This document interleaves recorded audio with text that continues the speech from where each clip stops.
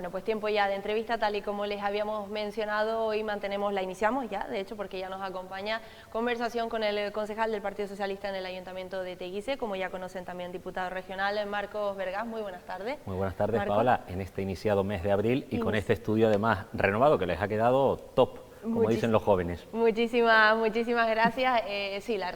verdad es que ha quedado bastante bien y que efectivamente, como bien comentas, iniciamos mes, Marco, y seguimos hablando, iba a decir, nos metemos mes a mes, pero seguimos hablando de los mismos problemas, lamentablemente, en la isla de Lanzarote y en el conjunto de Canarias. Y digo problemas porque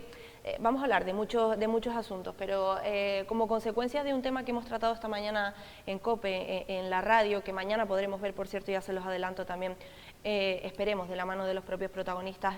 aquí en la tele, un próximo desahucio en Arrecife, en este caso en concreto, que ya nos adelanta que parece que va a tener lugar el próximo día 4 de abril, pero no solo se queda en este desahucio, sino, como ya conocemos, el problema que existe, ¿no?, en Canarias, en el conjunto de Canarias y también en Lanzarote con la vivienda. Y digo esto, Marcos, porque, y luego comentaremos otros asuntos que tienen que ver con esto en concreto también, pero siempre hablamos de vivienda y de la crisis habitacional, da la sensación de que echamos un poco balones fuera, ¿no?, o de que las competencias resultan muy limitadas. Por eso yo quiero preguntarle también, como concejal del Partido Socialista en Teguise y como diputado regional, ¿qué se puede hacer más de lo que se esté haciendo, Marcos, desde el Gobierno de Canarias o incluso desde el propio Ayuntamiento de Teguise? Pues desde luego que sí, y me bajo primeramente a lo más cercano, a lo más próximo, que es al municipio de Teguise como portavoz del Grupo Socialista. Hemos planteado distintas iniciativas al Gobierno actual de Coalición Canaria Partido Popular y al exconcejal de Vox para afrontar, para contribuir a paliar el problema que existe en materia de vivienda en el municipio de Teguise. Con la misma respuesta por parte del Gobierno, el rechazo a las iniciativas. Porque desde luego hay que decirlo y hay que denunciarlo, que estamos ante un Gobierno encabezado por Coalición Canaria que más de una década después, ostentando la alcaldía, no ha sido capaz de ceder suelo público al Gobierno de Canarias para la construcción de vivienda pública en un municipio como el de Teguise. Y se lo hemos propuesto y le hemos insistido y siempre hemos recibido el no por respuesta, amparándose en multitud de excusas. Pero es que le hemos propuesto también actualizar el Plan General de Teguise del año 2014-2015, precisamente para facilitar la obtención de suelo público que poner a disposición del ICABI o del propio Gobierno de Canarias. Y han votado en contra de esa actualización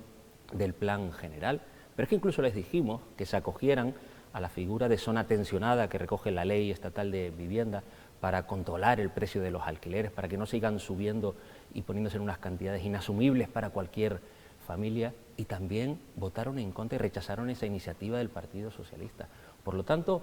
¿existen fórmulas? Claro que existen, pero también hace falta voluntad por parte, en este caso, del Gobierno municipal para dejarse ayudar por el Partido Socialista para acoger alguna de las propuestas positivas que le hemos trasladado y poder pues paliar, ayudar a resolver un problemón por el que pasan muchas familias del municipio de Teguise y Lanzarote cuando hablamos del acceso a una vivienda digna y adecuada, que además es uno de los principios rectores de nuestra actual Constitución española.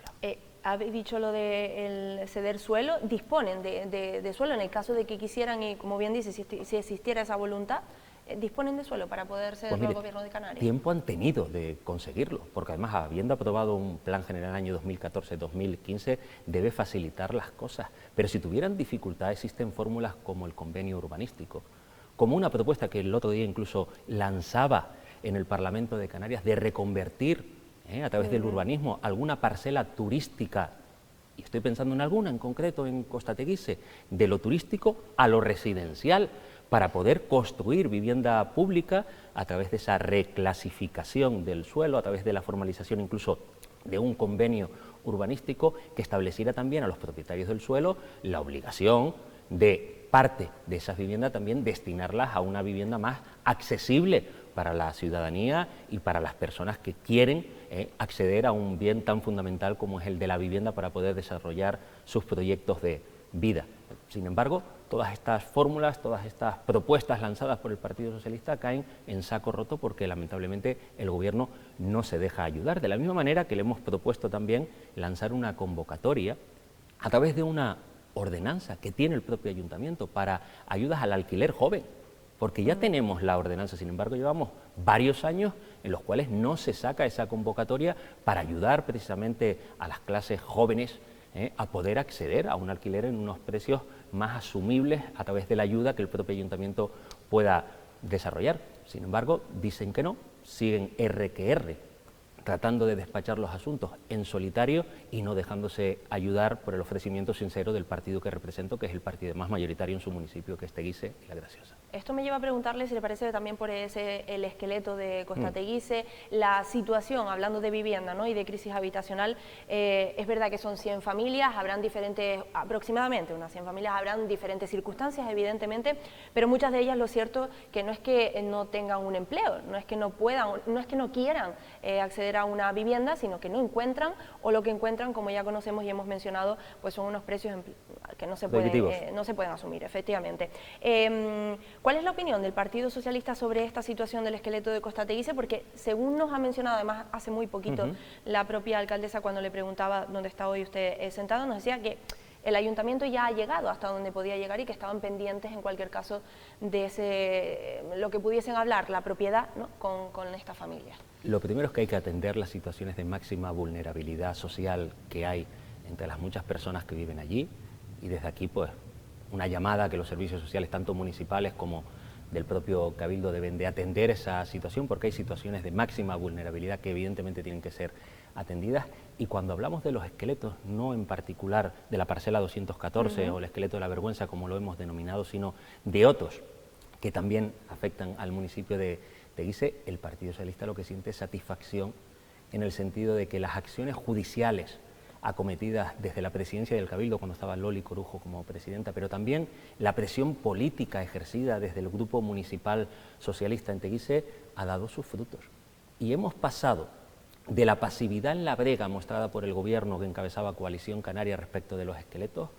con apercibimiento incluso al bolsillo del anterior alcalde y hoy presidente del Cabildo por esa pasividad, por no tomarse en serio el derribo de esos esqueletos, a que se tomen en serio este asunto y haber sido capaces, gracias a esas acciones judiciales, pero también la presión política del Partido Socialista, de proceder al derribo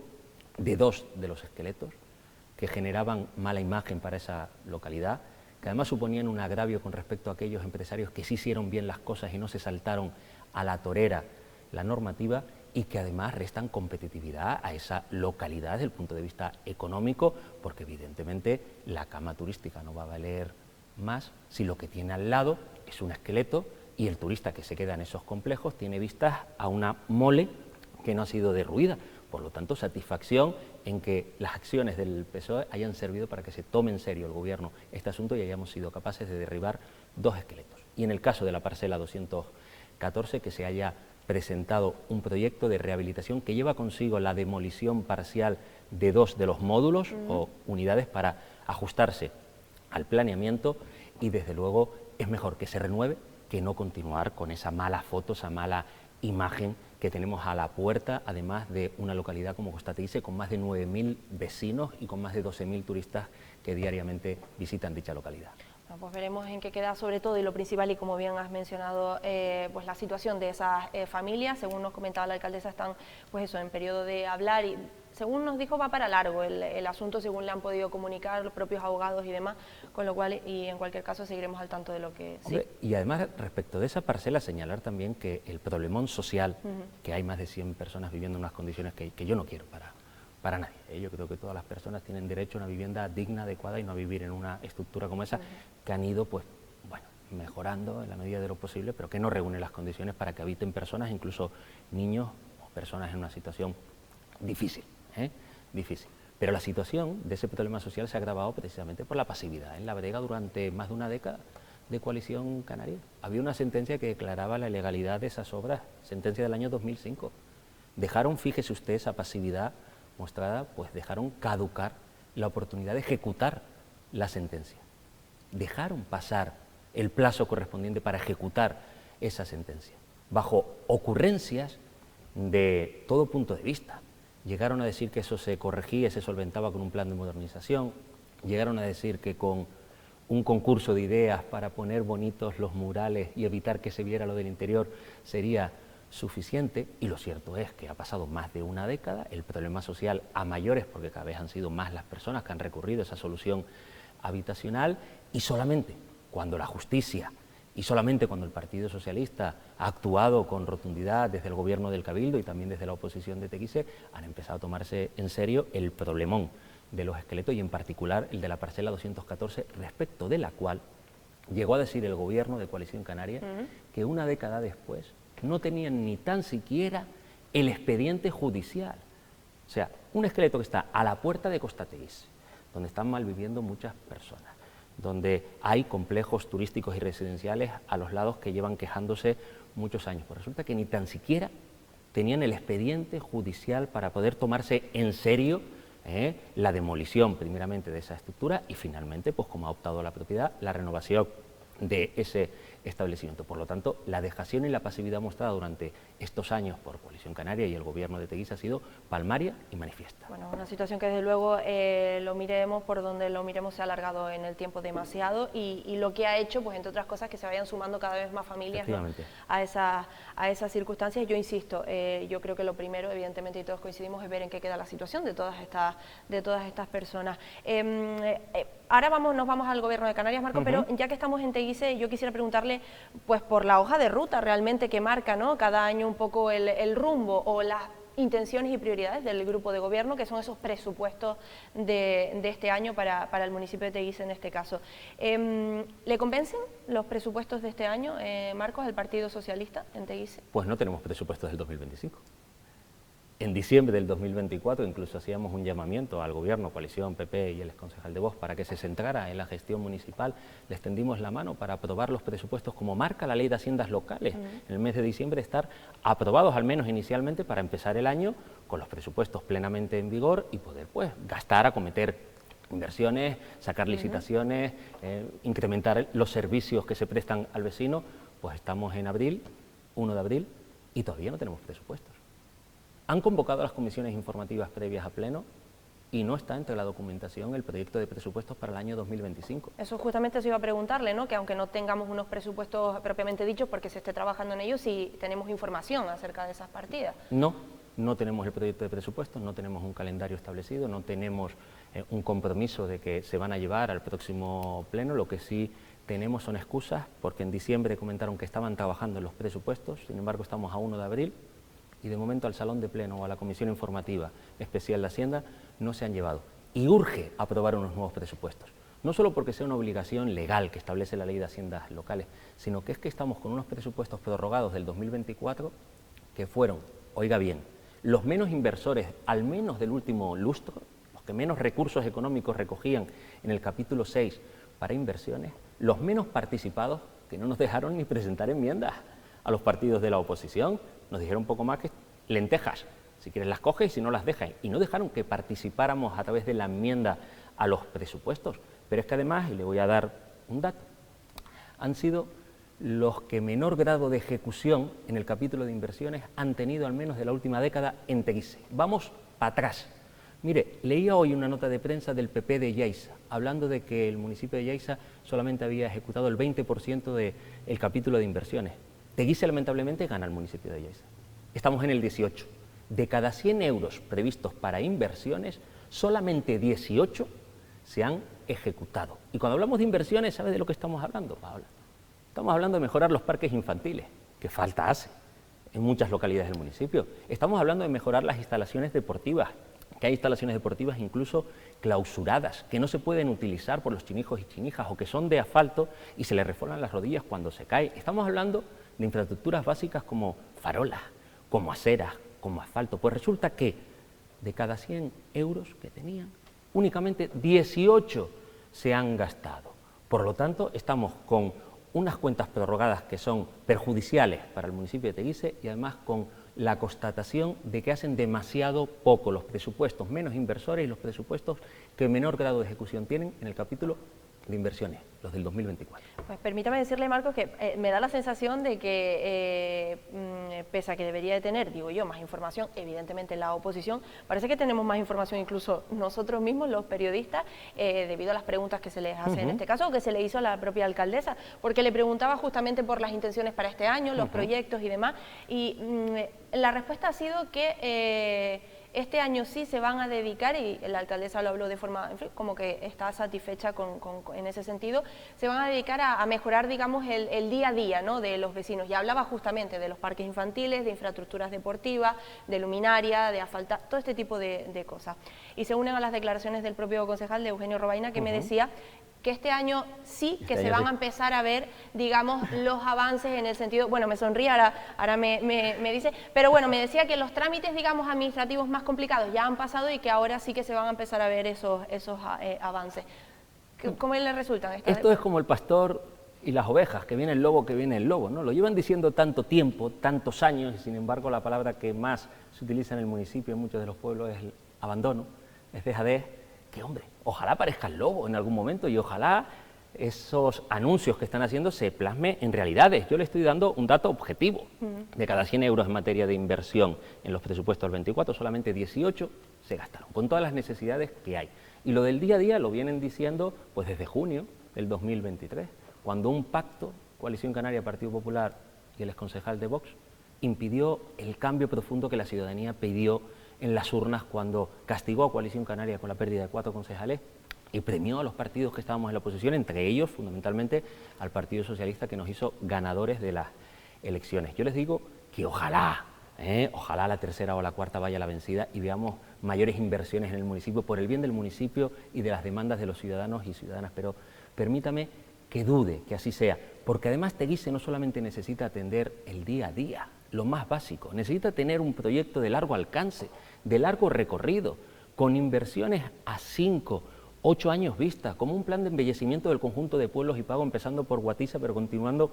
por Famara, por Los Cocoteros, por So, por Tiagua, pero también un plan de modernización a todos los niveles de Costa Teguise, donde viven más de 9.000 vecinos y que debe ser el motor económico de este municipio, donde tienen que aparecer inversiones prometidas y muy necesarias, como puede ser una ciudad deportiva para Costa Teguise, como puede ser un teatro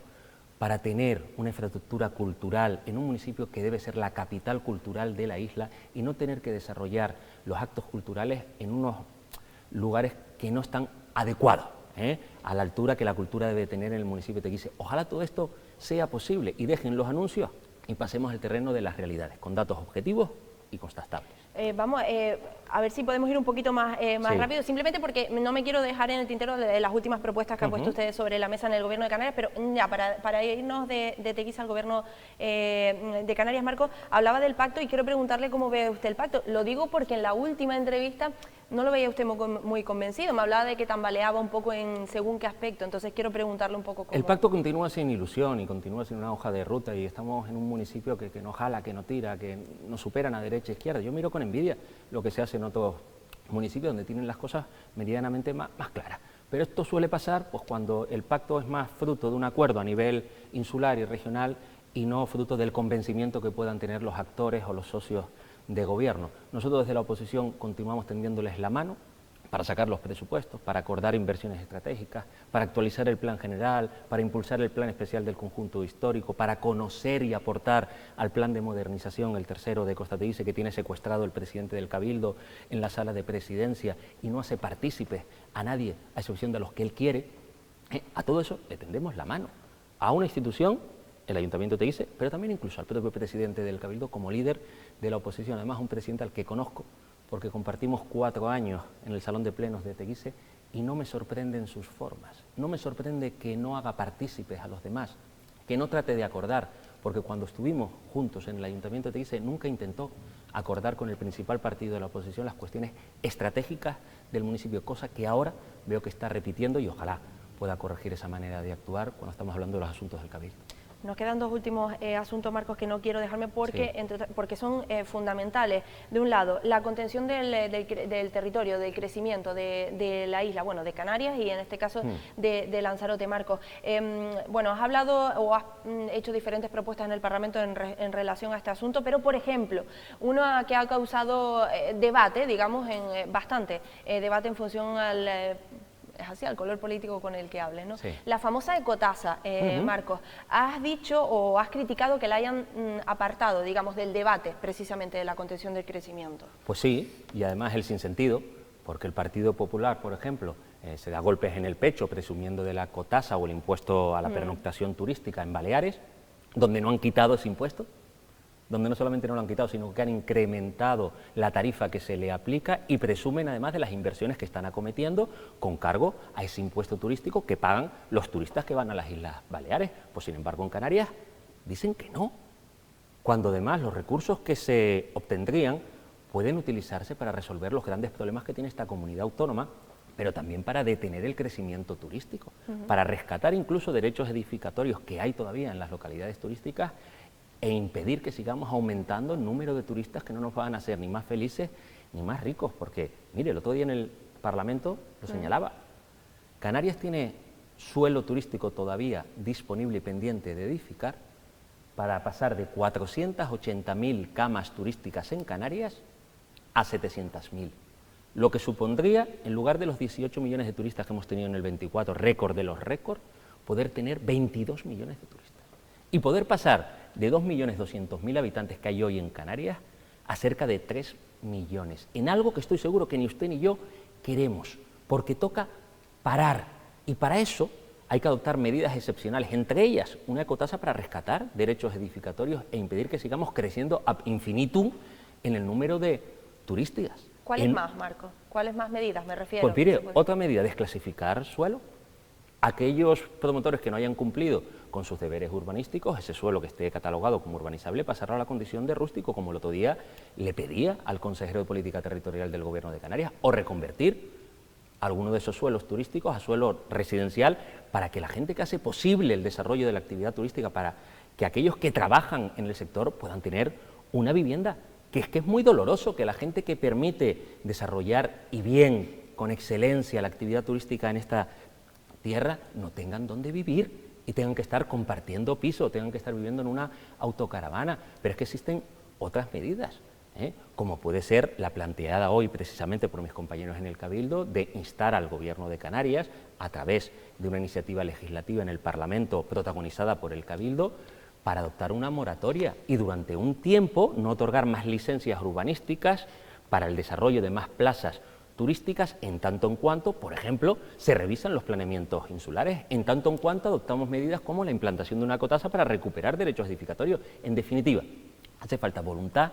para parar y no ocurrencias como ahora volver a sacar a la palestra una ley de residencia en Canarias, como es lo que pretende Coalición Canaria con la complicidad del Partido Popular. Hablábamos, es lo que me refería al comienzo, porque estamos hablando de la contención del territorio y como es evidente terminamos un poco hablando de con lo que comenzamos, que es de la vivienda, porque al final evidentemente es una cadena. Y también influye en el agua, es que es así, Marcos, y con esto ya terminamos porque estamos fuera de tiempo, pero es verdad que en una de las cosas que ha insistido es en esa tubería de agua de la línea norte. Claro, Marcos. es que vamos a ver, y brevemente, no podemos seguir creciendo turísticamente con la que está cayendo.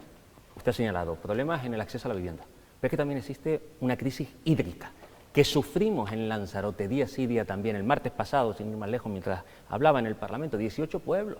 sin agua, con cortes de agua en los domicilios, pero también en el agro conejero. Y le preguntaba al consejero Miranda por una obra fundamental que es la línea norte, una nueva tubería para llevar más agua al municipio de Teguise y de Aría, a localidades como Guatiza, como Taíche, como Los Valles, pero también como Arrieta, como Órsola. Y le señalaba, mire, los carteles de la obra están desgastados de los retrasos que lleva esa obra y la gente no puede entender, y así me lo hace saber, que en una situación de emergencia hídrica llevemos un retraso de más de un año en la culminación de una obra que es estratégica. Por lo tanto, le pedí al consejero que se pusiera las pilas y que concluyera de una santa vez esa tubería que va a ser una solución, al menos a determinados problemas en materia de agua que sufre el norte de la isla de Lanzarote. El presidente de Cabildo de Lanzarote, en la última de las entrevistas que le hacíamos, decía que si hoy son, mencionaba usted, 18 pueblos, cuando ustedes están al frente del Cabildo de Lanzarote, en fin, no recuerdo la cantidad, pero que decía que ha descendido bastante el número de localidades. Pues que constate esa información, que ofrezca datos objetivos, que no acuda a la ocurrencia. Yo lo que le puedo señalar que en el anterior mandato, con un compañero como Andrés Estinga, los cortes de agua que se producen día sí día también en la isla de Lanzarote no tenían lugar en la época de María Dolores Corujo Berriel. Y el presidente del Cabildo lo que tiene que hacer al hablar de territorio, contención del crecimiento o de agua, es dejarse ayudar. Es llamar al principal partido de la oposición, que es el Partido Socialista, y tratar de consensuar, acordar determinadas medidas por el bien de esta tierra y de las generaciones no solamente presentes, Paola, que uno ya tiene una edad, sino también de las futuras, de las que están por llegar. Totalmente, totalmente. Pues Marco, nos hemos quedado sin tiempo, ahora sí, bueno, llevamos un poquito fuera de tiempo, pero son dos asuntos pues muy importantes, desde luego que sí, así que seguiremos hablando probablemente en próximas entrevistas sobre estos y otros temas. Muchas gracias. Pues gracias por la invitación y buena jornada. Hasta pronto. Muchas gracias a todos ustedes también, pero que no se vayan, quédense con nosotros, que terminamos la jornada, como ya conocen, cada martes con Tertulia Política.